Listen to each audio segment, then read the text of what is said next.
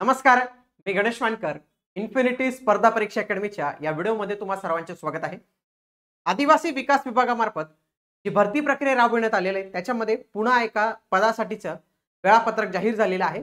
या संबंधीची माहिती बघा 24/3/2024 रोजी म्हणजे 24 मार्चला हे प्रसिद्ध पत्रक आलेलं आहे.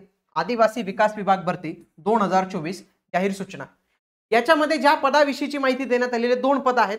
तर हे 2 पदांची परीक्षा एकाच दिवशी होईल, वेगवेगळ्या दिवशी होईल, एकाच दिवशी 2 वेगवेगळ्या शिफ्ट मध्ये होईल. कशा पद्धतीने होईल याच्याविषयीची माहिती आपण आजच्या या व्हिडिओच्या माध्यमातून जाणून घेणार आहोत. म्हणून हा व्हिडिओ शेवटपर्यंत पूर्ण बघा. आदिवासी विकास विभागामार्फत 5/10/2024 रोजी 17 पदनाम आणि 611 पदांकरिता जाहिरात प्रसिद्ध करण्यात आलेली होती. त्यापैकी खालील पदनामांची लेखी परीक्षा उक्त दिनांकास आयोजित करण्यात येईल.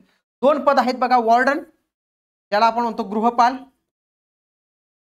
आणि सुप्रिटेंडंट ज्याला म्हणतो अधीक्षक.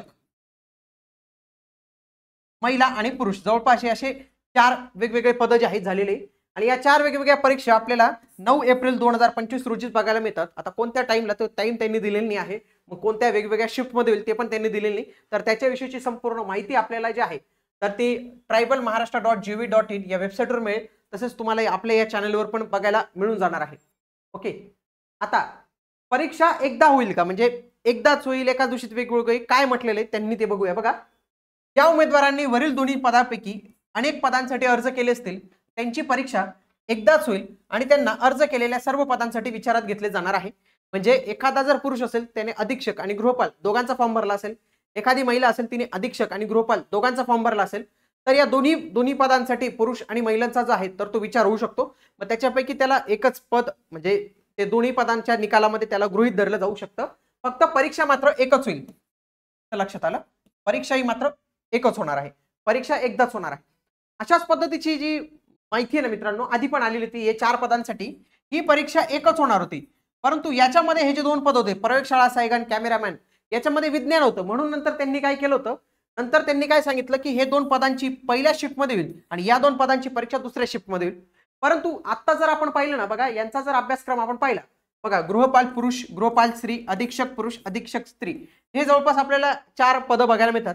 या 4ही पदांचा अभ्यासक्रम जवळपास सेम आहे, म्हणजे काहीच बदल नाही आहे. बघा 200 गुण 200 गुण 200 गुण 200 गुण, मराठीवर 50 गुण 50 50 50, इंग्रजीवर 50 50 50 50, बघा 50 50, सामान्य ज्ञान बौद्धिक चाचणी वेळ किती 120 120 120 120.